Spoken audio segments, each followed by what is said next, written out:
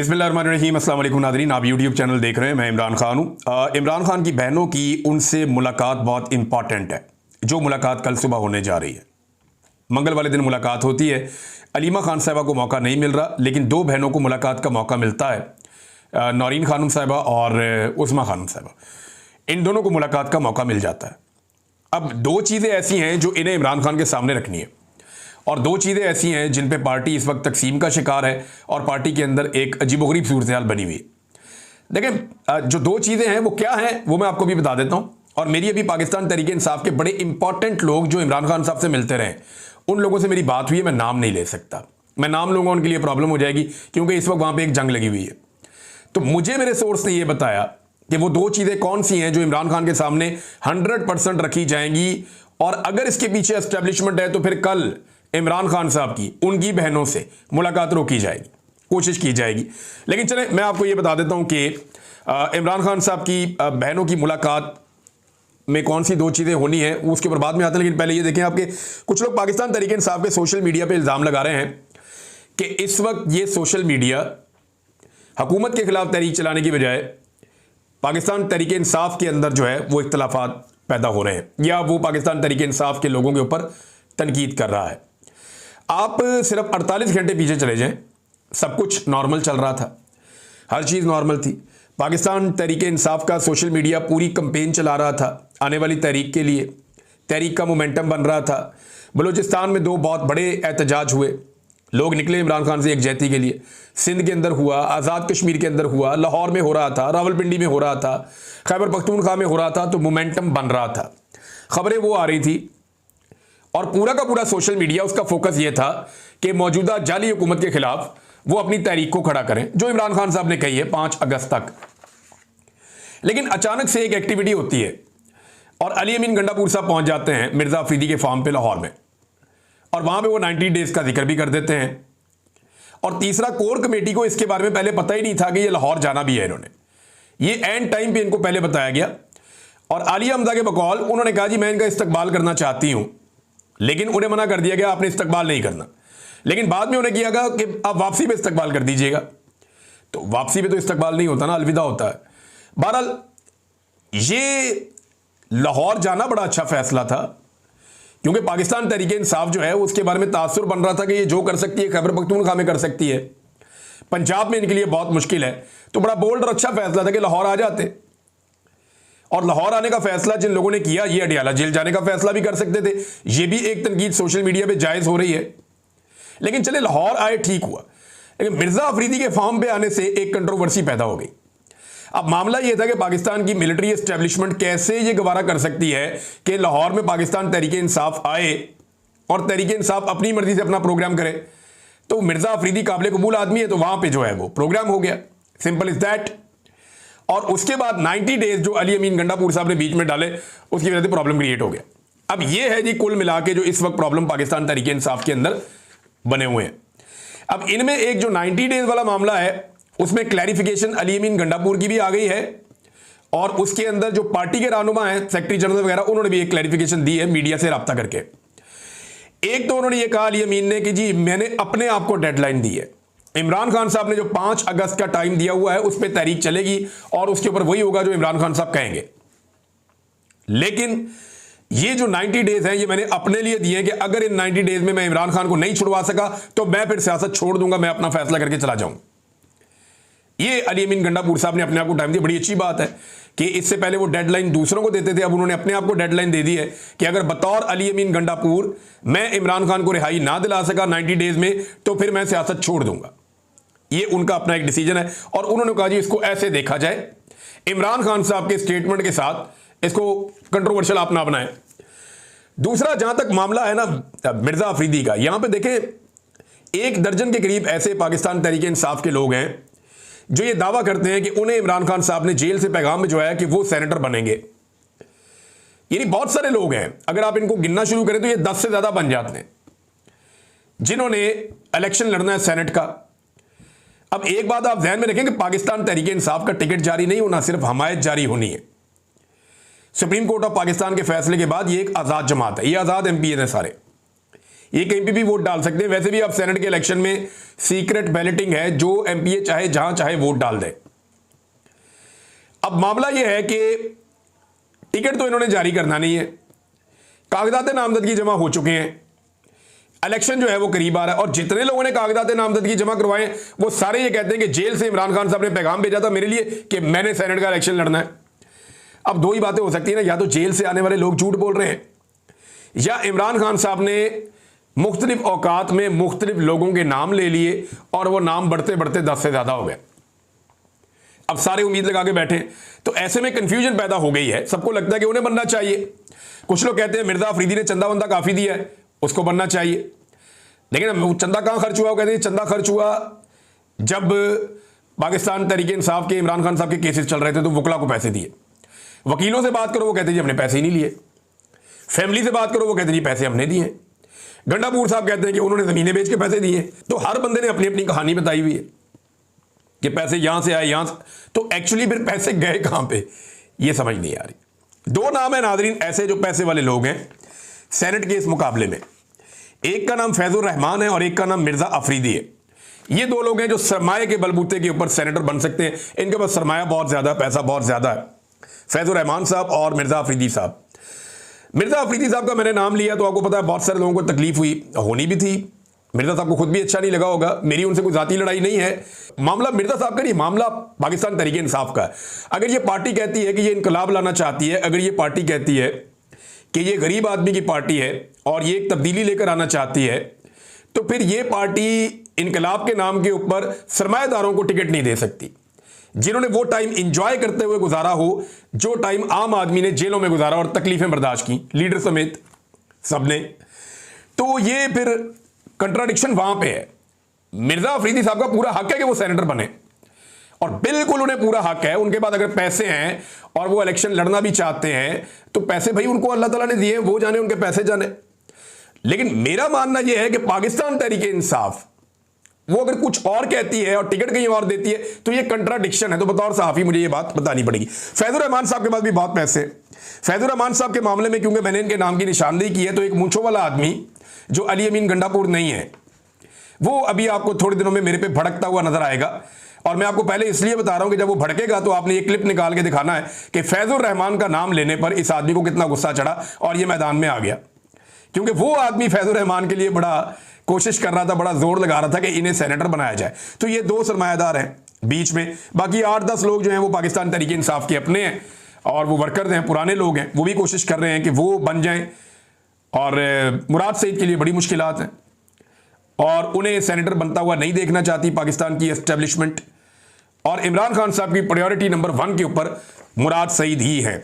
अब इमरान खान की बहनों जिन जेल में जाना है इमरान खान से मिलने के लिए सुबह कल, तो दो चीजें जो हैं वो इमरान खान साहब के सामने 100% रखी जानी चाहिए। और पार्टी के लोग कह रहे हैं कि ये तय भी हो गया कि ये दो चीजें अगर मुलाकात होती है तो इमरान खान के सामने रखी जाएंगी। नंबर 1 ये है कि एहतजाज पे इमरान खान साहब की क्लियर डायरेक्शन लेनी है। इमरान खान साहब के सामने ये सिचुएशन रखनी है जो इस वक्त बनी हुई है, जैसे मोमेंटम बन रहा है। क्योंकि अभी पूरे खैबर पख्तूनख्वा से, पंजाब से, मुख्तलिफ अजला से जो रैलियां निकलना शुरू होगी उनके बारे में लिस्टें आना शुरू हो गई हैं। बाकायदा शेड्यूल जारी किया जा रहा है कि किस तरीके से एहतजाज का मोमेंटम बनता चला जाएगा।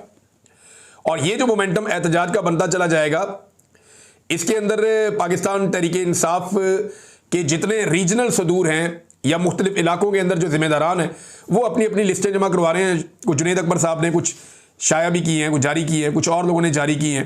आलिया हमजा साहबा ने भी डेडलाइन दी हुई है पार्टी को। वो ये कह रही है कि जनाब आप या तो आप डट कर खड़े हो जाएं या फिर आप रास्ते से हट जाएं, या आप इस एहतजाज को और इस तहरीक को छोड़ दें और तहरीक हमें चलाने दें।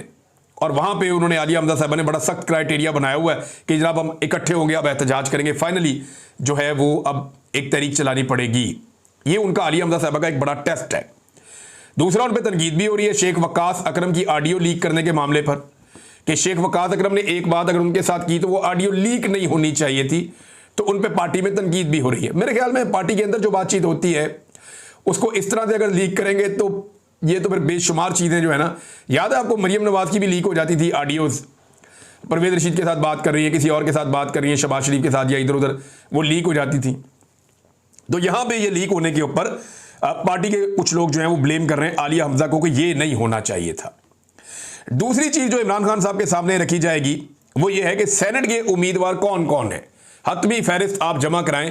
जनरल नशिस्तों पे 5 सीटों से ज्यादा पाकिस्तान तहरीक इंसाफ मैक्सिमम 4 ही जीत सकती है। अब सिचुएशन ऐसी बन गई है। ये पाकिस्तान तहरीक इंसाफ के अपने लोग कह रहे हैं अगर ये तरीके से चलते, समझदारी से चलते तो शायद ये ज्यादा डेंट डाल सकते थे, लेकिन जो है वो 4 सीटें इनकी पक्की हैं। तो वो कौन से 4 सेनेटर हैं? एक तो मुराद सईद इमरान खान साहब कहेंगे, उन्हें कंफर्म करेंगे। उसके बाद बाकी कौन है? एक जो है फैसल जावेद खान, ये 2 तो कंफर्म है। बाकी 2 कौन होंगे? अब इसके अंदर पड्डा पड़ा हुआ है कि सरमायादार होंगे या पाकिस्तान तहरीक इंसाफ के नजरियाती लोग होंगे। इस पे इमरान खान साहब क्लियर डायरेक्शन दे सकते हैं। उनकी बहनों की उनसे मुलाकात है, अगर मुलाकात करवाई जाती है तो पता चल जाएगा कि इमरान खान साहब ने क्या कहा। अब नाजरीन, पाकिस्तान तहरीक इंसाफ के लोग जो हैं वो अब ये कह रहे हैं जनाब कि ये जो लड़ाई पड़ गई है, इस लड़ाई को इत्तफाक राय में तब्दील किया जाए और लड़ाई खत्म की जाए। तो कुछ कोशिश हुई है पाकिस्तान तहरीक इंसाफ में। मुझे कुछ लोगों ने कहा जी हमने राब्ते किए हैं क़यादत से और हमने कहा जी कि कारकुन के ऊपर असर पड़ता है तो आप आपस की लड़ाइयाँ बंद करें और सोशल मीडिया पे एक दूसरे को बुरा भला कहना बंद कर दें और हमें चीज़ों को नॉर्मलाइज करने दें। हमें तहरीक की तरफ जाना है, इससे कन्फ्यूजन पैदा हो रही है। शौकत बसरा साहब ने एक ट्वीट किया और शौकत बसरा साहब ने कहा कि जब तहरीक इंसाफ इमरान खान की हदायत पर तहरीक की तैयारी कर रही है, इन हालात में जब इत्तेहाद की ज़रूरत है और वो पार्टी के ओहदेदारान और जिम्मेदारान जो पार्टी के अंदरूनी मामलात को पार्टी में हल करने की बजाय पब्लिक में लेकर जाते हैं, वो इमरान खान और तहरीक इंसाफ से मुखलिस नहीं है। ये शौकत बसरा साहब ने कहा। और वैसे मैं आपको एक खबर दे देता हूं कि पाकिस्तान के मीडिया को, क्योंकि मैं मीडिया से मेरा ताल्लुक है, जितने प्रोड्यूसर हैं सब दोस्त हैं, जो अहकामात आते हैं एस्टेब्लिशमेंट की तरफ से, हुकूमत की तरफ से, वो हम तक भी पहुंच जाते हैं कि ज़बानी कलामी अहकामात क्या आ रहे हैं आजकल, क्या ट्रेंड में चल रहा है। तो टॉक शोज़ में और टीवी चैनल्स को ये अहकामात दिए गए हैं कि जितना हो सकता है पाकिस्तान तहरीक इंसाफ की अंदरूनी लड़ाइयों को उठाया जाए।